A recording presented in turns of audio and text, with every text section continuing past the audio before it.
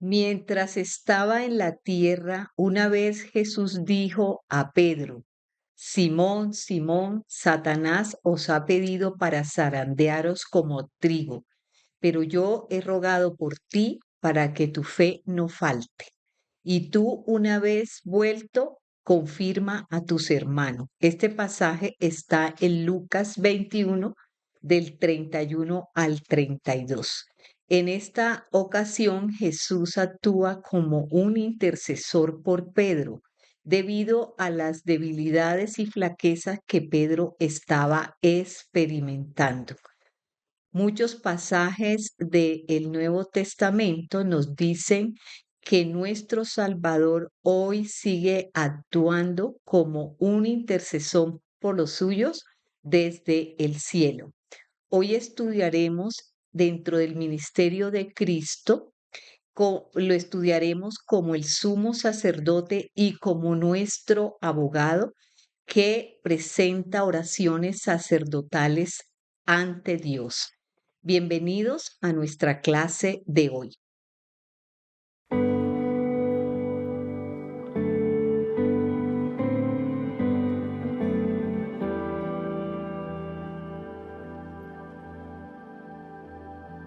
Él es quien reina con poder, Creador, su fama eterna es.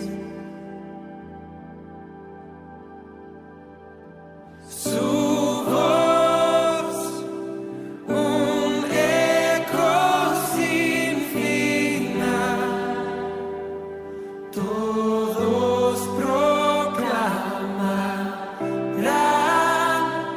no hay nadie como Él. Su luz radiante más que el sol, su amor y gracia derramó.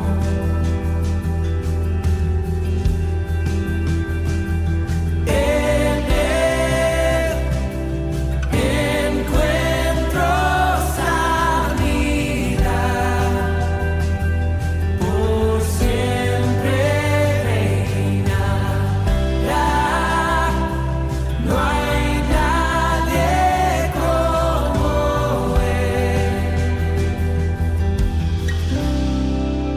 Ven a adorar al que resucitó, la luz del mundo que nos rescató.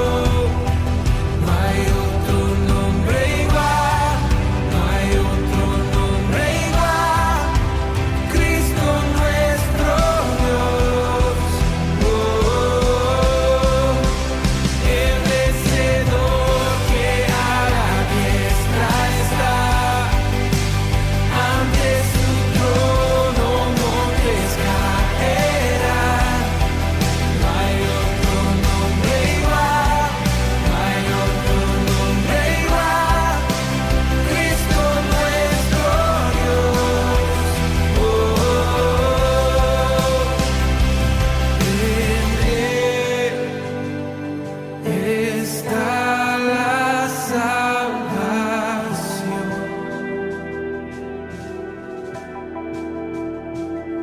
La cruz nos muestra su amor. Venció la muerte con poder, el Rey de Reyes es. No hay nadie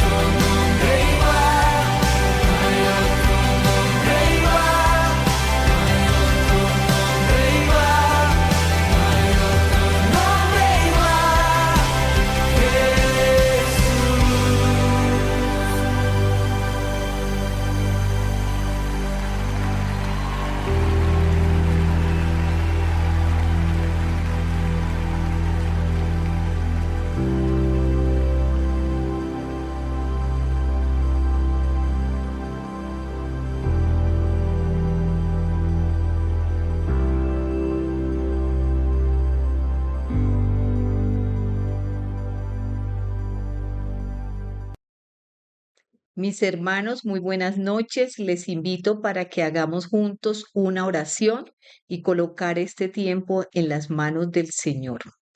Padre de los cielos, te damos gracias por nuestra escuela bíblica con liderazgo. Te damos gracias por cada uno de los estudiantes y también por los maestros. Gracias por colocar en nosotros y en nuestra congregación este deseo de enseñar tu palabra, Señor, de profundizar en el ministerio de Cristo. Te damos gracias por las revelaciones que nos has dado a través de cada lección que hemos estudiado en este tiempo.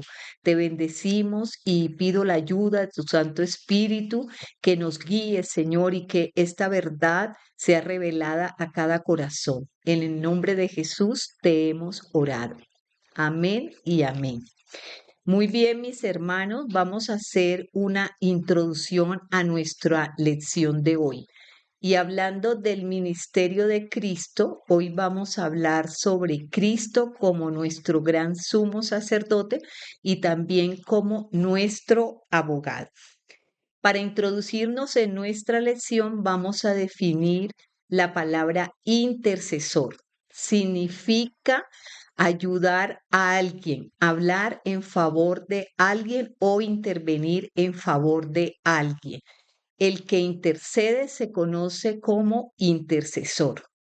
Algunos ejemplos bíblicos de intercesores los vemos en Abraham. Abraham intercedió por Sodoma para que no fuese destruido si había allí algún justo. Esta intercesión es la primera que aparece en las Escrituras y lo encontramos en Génesis 18. También encontramos a Esther. Esther intercedió por el pueblo de Israel ante el rey Asuero, que era su esposo, y habiendo el rey aceptado su petición, logró la salvación y la paz del pueblo de Israel. También tenemos ejemplo de intercesor en Moisés, que camino a la tierra prometida intercedió por el pueblo de Israel cuando estaba siendo picado por serpientes venenosas. Leemos en número 21 del 7 al 9. El pueblo acudió a Moisés reconociendo su pecado de murmuración y le dijeron, pide a Jehová para que aleje de nosotros estas serpientes. Otro intercesor es Nehemías. Él intercede por el pueblo de Israel por su pecado, incluyendo el pecado de él y de su familia.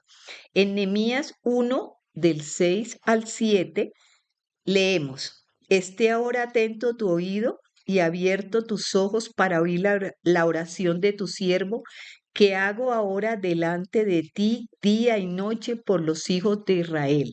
Confieso los pecados de los hijos de Israel que hemos cometido contra ti. Sí, yo y la casa de mi padre hemos pecado.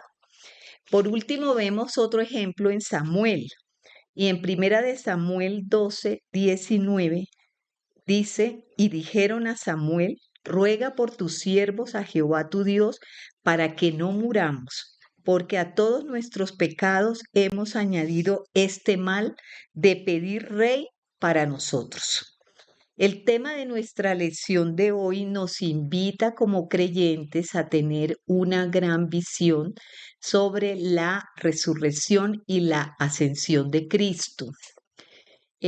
Muchas veces nos concentramos más en la muerte y en la sepultura de Jesús por lo que eso significó en nuestra liberación y redención. Y nos olvidamos de la resurrección y de la ascensión. La resurrección es importante porque sin ella la muerte de Cristo no tendría sentido. Y la ascensión también es importante porque es una prueba irrefutable de que Cristo resucitó. Em, la ascensión de Cristo es lo que nos está marcando el ministerio actual de Cristo. Sabemos que Cristo resucitó y ascendió a los cielos, de lo cual hubo muchos testigos. Aquí terminamos la introducción y vamos a comenzar con nuestro primer punto que se llama Cristo como nuestro sumo sacerdote. Según Juan 3:16, que es un texto conocido por todos, el maravilloso amor de Dios se manifiesta porque envió a su único Hijo para salvarnos. Y el amor de Cristo se manifiesta en que Él aceptó esta misión por amor. Primero, dejó su trono en el cielo por nosotros. En la tierra, Cristo desarrolló un ministerio, trabajó, sufrió y murió por nuestros pecados. Luego regresó al cielo y ahora desde allí Él está intercediendo y vive para interceder por nuestros intereses, buscando siempre llenar las necesidades físicas, emocionales y espirituales del ser humano. Cristo murió una vez, una sola vez por nuestros pecados, pero vive para siempre. Y nos dice la Escritura que Él vive para interceder por nosotros cada día y en cada momento. Esto es importante que lo tengamos en cuenta cuando vamos adelante a estudiar más sobre el sacerdocio de Cristo. Murió una sola vez, pero vive para siempre. Jesús ahora vive en el cielo y como un gran sumo sacerdote de nuestra fe. Y desde allí Él está intercediendo por nosotros cada día y en cada momento. Si Jesús sabemos que está a la diestra del trono de Dios, está muy cerca de Dios Padre. Puede hablarle al oído y al corazón de Dios clamando por nuestro bienestar. Vamos todos a Hebreos 4:15, que nos dice lo siguiente: porque no tenemos un sumo sacerdote que no pueda compadecerse de nuestras debilidades, sino uno que fue tentado en todo según nuestra semejanza, pero sin pecado. Este texto nos muestra a Jesús como un sumo sacerdote, como un mediador por medio del cual cada creyente tiene acceso personal a Dios. En Hebreos 4 se nos habla acerca también de que Cristo traspasó los cielos. Nos confirma la ascensión de Cristo y dónde Él se encuentra hoy en día. Vamos a mirar ahora algunas características del sacerdocio de Cristo. Son varias características y vamos a empezar diciendo que el sacerdocio de Cristo es perpetuo y lo vamos a estudiar con base en Hebreos 7 del 23 al 26. Vamos a ir leyendo texto por texto en cada una de las características del sacerdocio de Cristo. Les invito para que todos vayan a Hebreos 7 y empecemos leyendo 23 y 24 que nos dice: y los otros sacerdotes llegaron a ser muchos, debido a que por la muerte no podían continuar. Pero este, por cuanto permanece para siempre, tiene un sacerdocio inmutable. Esta palabra inmutable quiere decir que es intransferible, que no pasa, que permanece.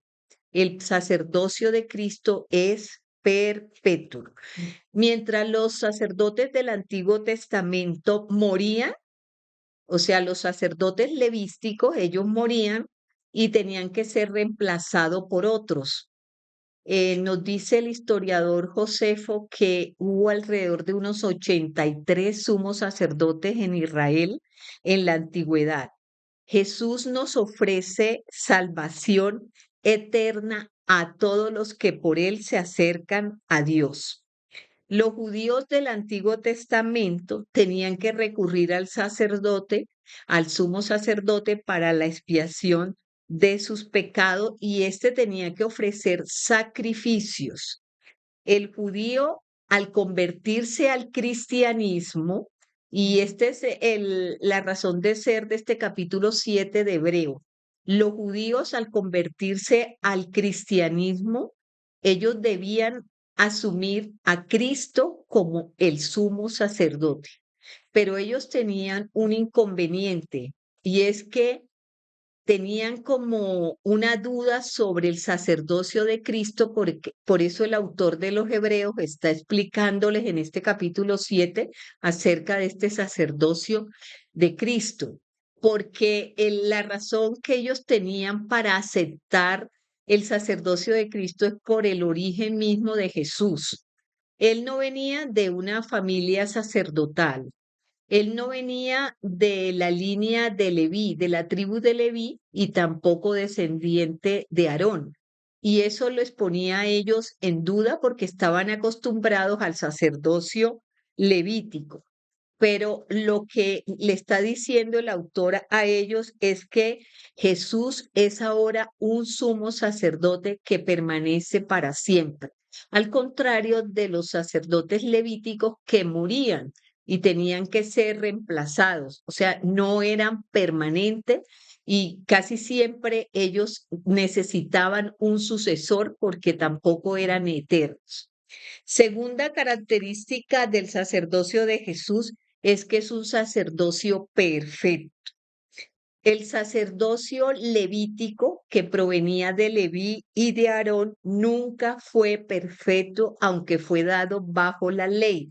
¿Por qué? Porque lo ejercían hombres que eran débiles, hombres que cometían pecado. En cambio, el sacerdocio de Cristo es perfecto porque Él es sin mancha, nunca pecó. Además de ser perfecto, de ser perpetuo, también es perfecto y permanece para siempre. En Él no hay pecado y su sacerdocio no ha sido interrumpido. Leemos en Hebreos 7:28. La ley constituye sumos sacerdotes a hombres débiles, pero la palabra de juramento posterior a la ley constituye al Hijo hecho perfecto para siempre. El sacerdocio de Cristo no estaba sujeto a la ley y era un sacerdocio perfecto. Además dice que fue constituido por juramento. ¿Y saben quién juró? Dios mismo. Dios mismo juró y lo convirtió en sacerdote. Cuando en la Biblia nos habla de que Dios juró, nos da una garantía de lo que Él está ofreciendo. De modo que el sacerdocio de Cristo fue bajo juramento. Tercera característica, el sacerdocio de Cristo ofrece salvación y vida eterna. Ya dijimos que Cristo tenía un sacerdocio perpetuo, así que la salvación de Cristo también es perpetua como Él. Hebreos 7:25 nos dice, por eso puede también salvar perpetuamente a los que por Él se acercan a Dios, viviendo siempre para interceder por ellos. Aquí el verbo salvar se encuentra en presente. Quiere decir que esta se da de una manera continua a través del tiempo y a través, no tiene, digamos, un tiempo ni un lugar, es a través de todos los tiempos que todo aquel que se acerca a Dios puede conseguir salvación y vida eterna a través de el sacerdocio de Cristo. Su sacrificio fue una sola vez, pero Él vive para siempre. Y Él está ofreciéndose a sí mismo como un sacrificio. Así que la salvación que Cristo nos ofrece es una salvación perpetua, perpetua. ¿Por qué? Porque Él no tiene límites y su vida no tiene fin. Cristo es un Cristo viviente hoy como nuestro gran sumo sacerdote. Cuarta característica dice que su sacerdocio intercede siempre o continuamente. Como el Hijo de Dios vive para siempre, nos dice la palabra que Él vive para interceder todo el tiempo continuamente por los creyentes. El sumo sacerdote de la antigüedad, una vez al año, hacía un sacrificio el día de la expiación. Él ofrecía un sacrificio por el perdón de los pecados del pueblo. Es decir, que estos sacerdotes no oraban continuamente por el pueblo, sino que en ciertas ocasiones, cuando venía el día de la expiación, era cuando ellos intercedían por el pueblo. Cristo, como nuestro sumo sacerdote, intercede continuamente y vive para eso. El propósito de Cristo es interceder por nosotros ante Dios. Leamos Romanos 8 del 33 al 34. ¿Quién acusará a los escogidos de Dios? Dios es el que justifica. ¿Quién es el que condenará? Cristo es el que murió, más aún el que también resucitó, el que además está a la diestra de Dios, el que también intercede por nosotros. La diferencia entre los sacerdotes levíticos y el sacerdocio de Cristo es que Él vive para interceder continuamente por todos los que se acercan a Dios a través de él. Quinta característica, el sacerdocio de Cristo nos conviene. Hebreos 7:26. Tal sumo sacerdote nos convenía, santo, inocente, sin mancha, apartado de los pecadores y hecho más sublime de que los cielos. El sacerdocio de Cristo nos conviene por las cualidades mismas que tiene el Señor Jesús. Nadie hay mejor que Él y Él es el sacerdote que necesitamos. Nos dice el texto que leíamos que Él es santo. En su relación con Dios, Cristo es santo. Es santo también en su ministerio. Por lo tanto, es el único capaz de satisfacer las demandas de Dios. Es decir, que Él es el único que cumple los requisitos y por esa razón su sacerdocio es aceptable delante de Dios. El sacerdote levítico, al contrario, tenía que lavarse, limpiarse por sus impurezas y antes de la ceremonia ellos se sometían a un lavado y debían ponerse vestiduras sacerdotales. También nos dice el texto que leímos que es inocente. Quiere decir que el Señor Jesucristo, nuestro gran sumo sacerdote, lo es porque está libre de malicia y de engaño.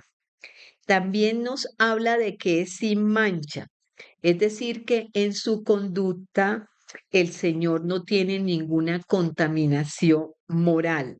Por tanto, Él no necesita, como los sacerdotes levíticos, hacer sacrificios por sus propios pecados.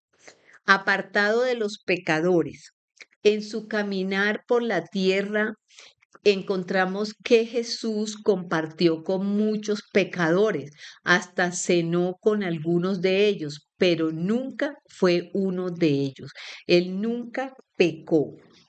Y cuando nos dice que es hecho más sublime que los cielos, nos dice que su ascensión y su resurrección y ascensión fueron como la muestra de que Dios aprobó, de tener la aprobación divina de Dios para la perfección de la obra que Él vino a hacer a la tierra. Y ahora Él tiene soberanía desde el cielo sobre todas las cosas. El último requisito o característica del sacerdocio de Cristo es que no necesita sacrificios diarios.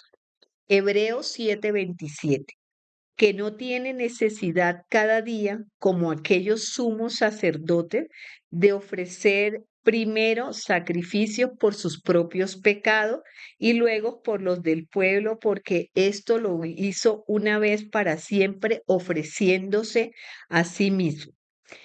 Recordemos que en el día de la expiación los sacerdotes levíticos tenían que ofrecer sacrificio por ellos mismos, por sus pecados, y después ofrecían sacrificios por los pecados del pueblo. En contraste con esto, Jesús se ofreció solo una vez como sacrificio perfecto, sin pecado, y ese sacrificio de Cristo ahora permanece para siempre. Cristo no tuvo que ofrecer sacrificios por él mismo porque en él no había pecado.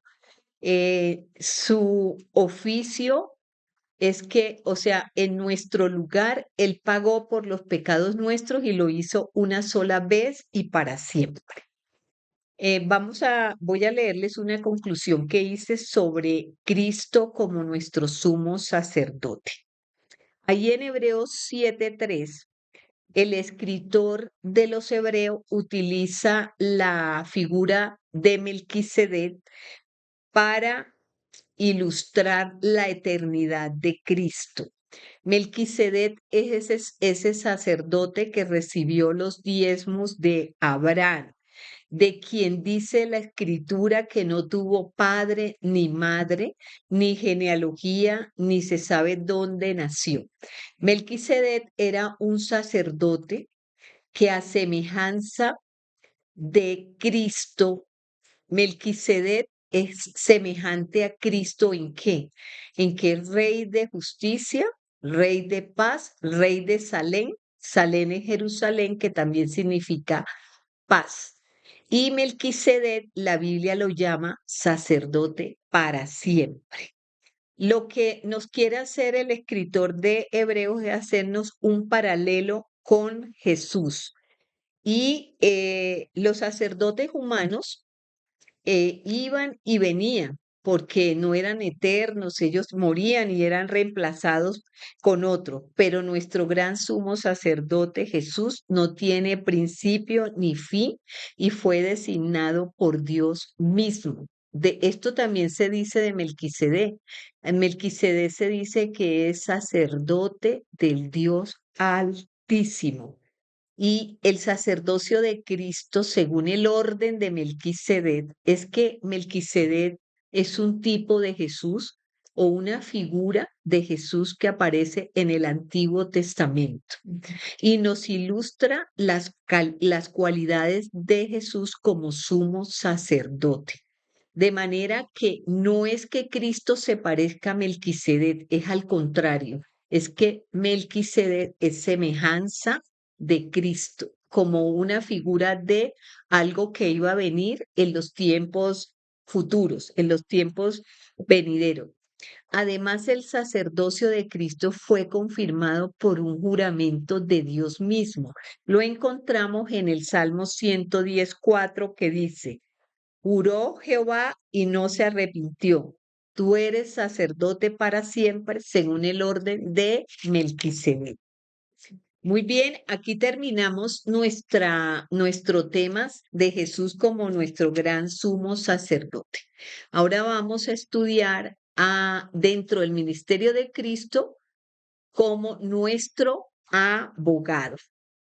En el ministerio actual de Cristo, además de ser nuestro sumo sacerdote, Él tiene otro oficio y es ser nuestro abogado defensor delante del Padre. Para ilustrar esto, vamos primero a leer dos textos que me parecen pertinentes, que están en Primera de Juan 1:5 y Primera de Juan 1:9.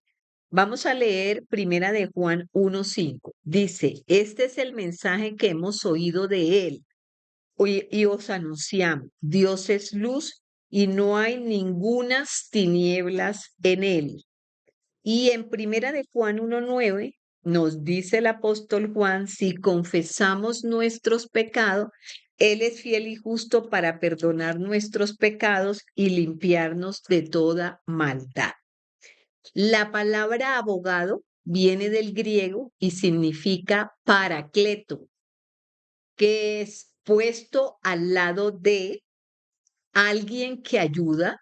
También significa intercesor, mediador, consolador y el que habla a favor de alguien.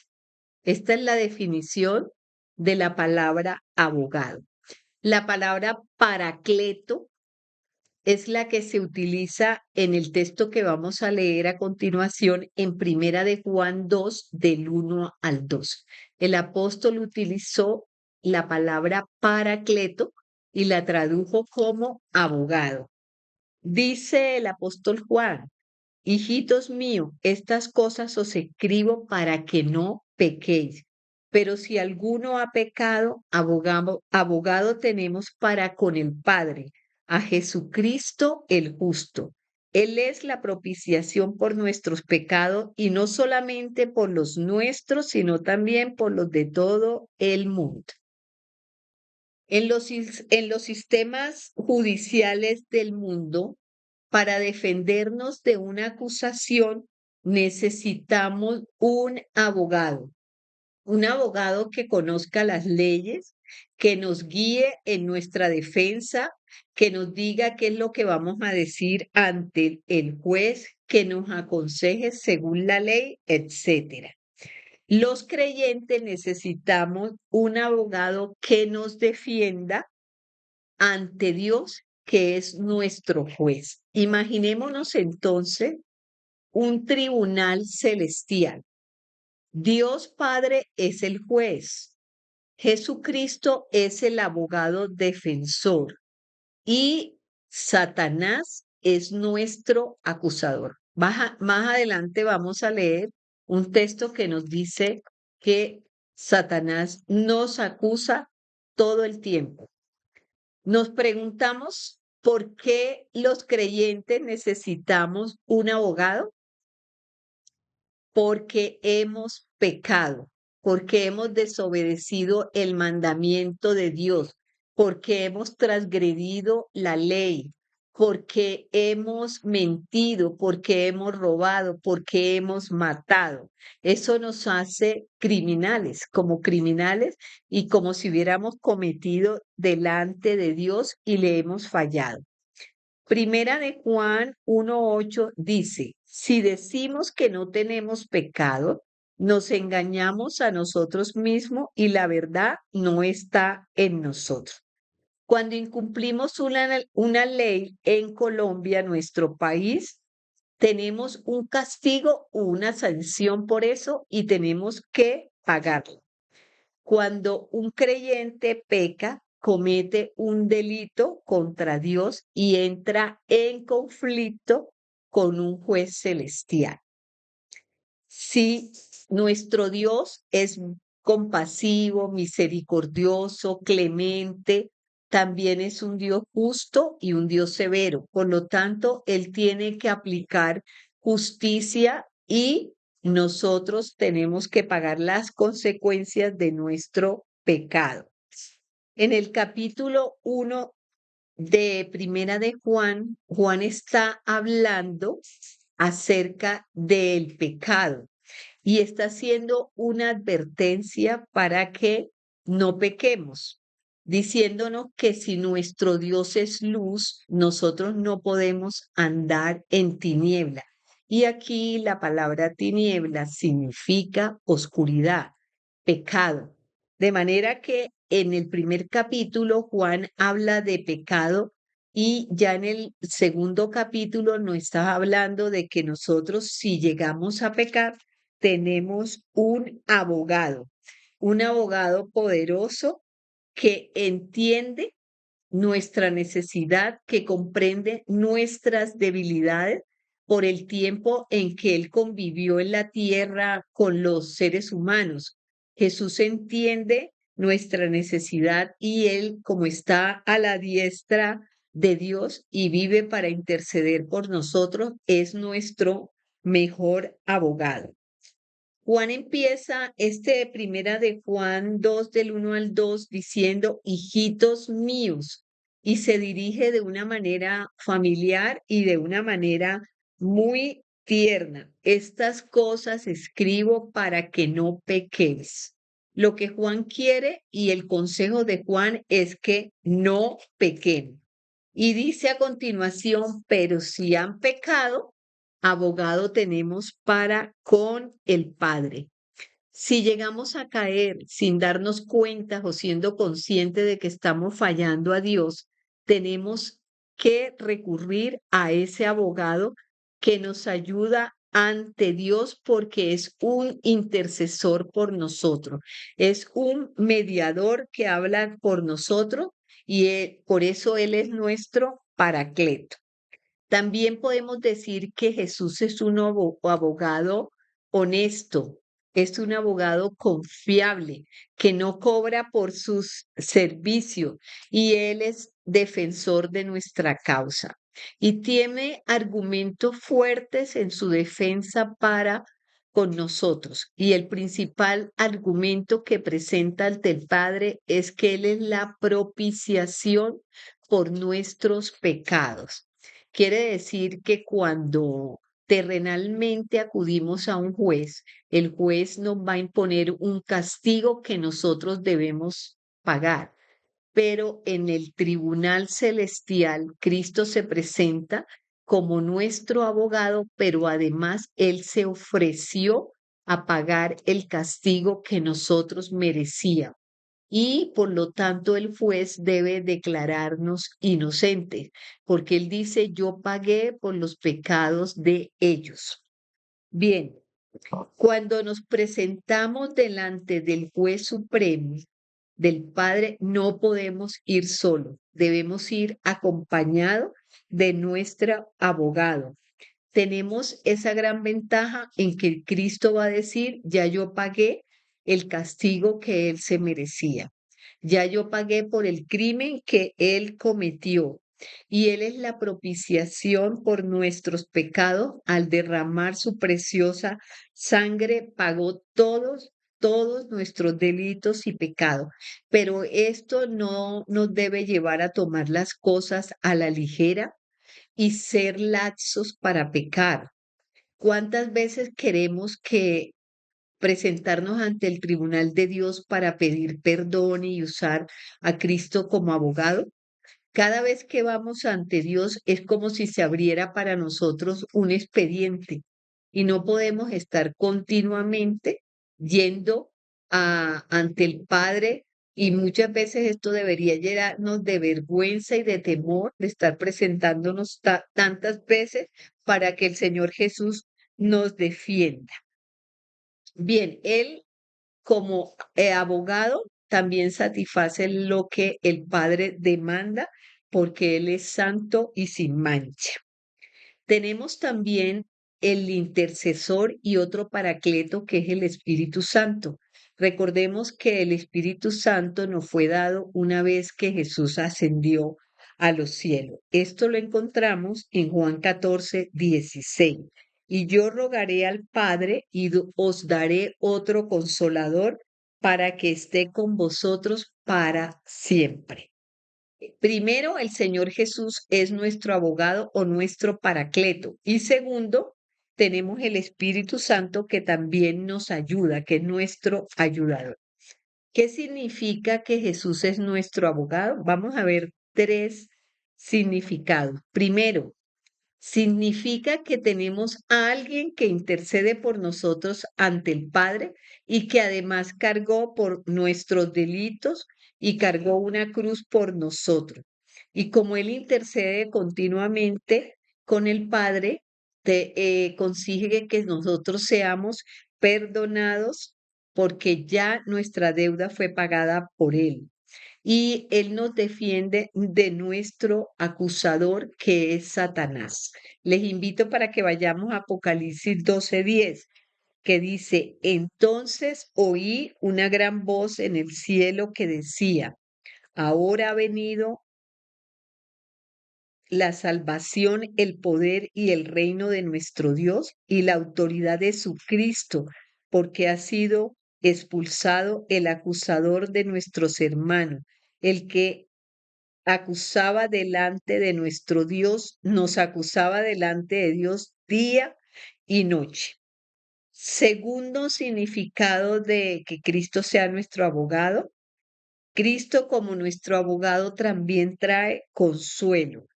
Nuestro paracleto, nuestro abogado nos conforta, nos anima, nos da nueva fuerza, sana nuestras heridas y nos anima ¿con qué? Con su palabra. Tercero, Él es nuestro pronto auxilio. Se mueve siempre Cristo para venir en nuestra ayuda. Él no está lejano. Él sigue siendo nuestro pronto auxilio y siempre busca hacernos justicia y guardar nuestros derechos. Conclusión de nuestra lección de hoy. Los ministerios de Jesús como sumo sacerdote y como nuestro abogado nos lleva a pensar que hoy, en el presente, Jesús sigue involucrado para conseguir nuestro perdón. Si nuestro Dios es luz, nosotros no podemos andar en tinieblas. Y si llegamos a pensar, a pecar, el consejo de la Biblia es que confesemos nuestros pecados, porque Él es fiel y justo para perdonarnos. ¿Qué tiene que hacer el creyente? Confesar sus pecados. El consejo que nos da Juan es que no debemos pecar. Y es el énfasis que el apóstol nos hace, pero si pecamos, recordemos que abogado tenemos para con el Padre. Cada vez que vengamos delante de Dios, debemos entrar en compañía de nuestro abogado, que es nuestro mediador, el que nos ayuda, el que habla por nosotros. Y en nuestra defensa, Jesús tiene argumentos poderosos para defender nuestros derechos y lograr que Dios nos perdone. El juez es Dios y no es un Dios lejano, es un Dios que es eterno, pero es un Dios al que tenemos acceso personal por medio de nuestro Señor Jesucristo. Dos textos para terminar nuestra lección de hoy. Primera de Juan 3:1. Mirad cuál amor nos ha dado el Padre para que seamos hijos de Dios. Por esto el mundo no nos conoce porque no le conoció a Él. Y este versículo nos habla del gran amor de Dios. Mirad cuál amor nos ha dado el Padre. No podemos tener a Dios como un Dios lejano. Es un Dios personal, es un Dios que está cercano a nosotros, pero siempre vamos a necesitar a Jesucristo como nuestro mediador. Primera de Juan 4:9. En esto se mostró el amor de Dios para con nosotros, en que Dios envió a su Hijo unigénito al mundo para que vivamos por él. Muchas gracias por su atención. Les invito para que continúe estudiando con nosotros el ministerio de Cristo viviente. Y ahora acompáñenme para hacer una oración final. Amado Señor, te damos gracias por estos regalos maravillosos que tenemos de parte tuya, por ser Cristo nuestro sumo sacerdote, ese que está a la diestra de tu trono intercediendo continuamente por cada uno de los creyentes. Gracias porque tú nos has dado su nombre como el único nombre entre Dios y los hombres, Jesucristo hombre. Gracias Dios porque también tenemos de parte de Jesús este gran oficio de ser nuestro abogado, nuestro paracleto, nuestro intercesor. Te pido, Señor, que nos ayudes para no pecar, pero si hemos pecado, que tengamos siempre presente que Jesucristo es nuestro poderoso abogado que nos defiende. Gracias te damos, Señor Jesús, porque pagaste por nuestros delitos y pecados y porque hoy vives para siempre a la diestra de Dios para interceder por todos los que se acercan a Dios. Te damos gracias y pedimos, Señor, que no olvidemos nunca estos principios y estos temas tan lindos que estamos estudiando en nuestra escuela bíblica con liderazgo. Te alabamos, te bendecimos, te exaltamos, te damos la gloria y la honra solo a ti. Dios eterno, Dios sublime, Dios soberano, para ti, Señor, nuestra gratitud, porque tú has sido grande, Señor. Tú eres nuestro ayudador, tú eres nuestro Señor intercesor. Te damos gracias en el precioso nombre de Cristo Jesús. Amén y amén.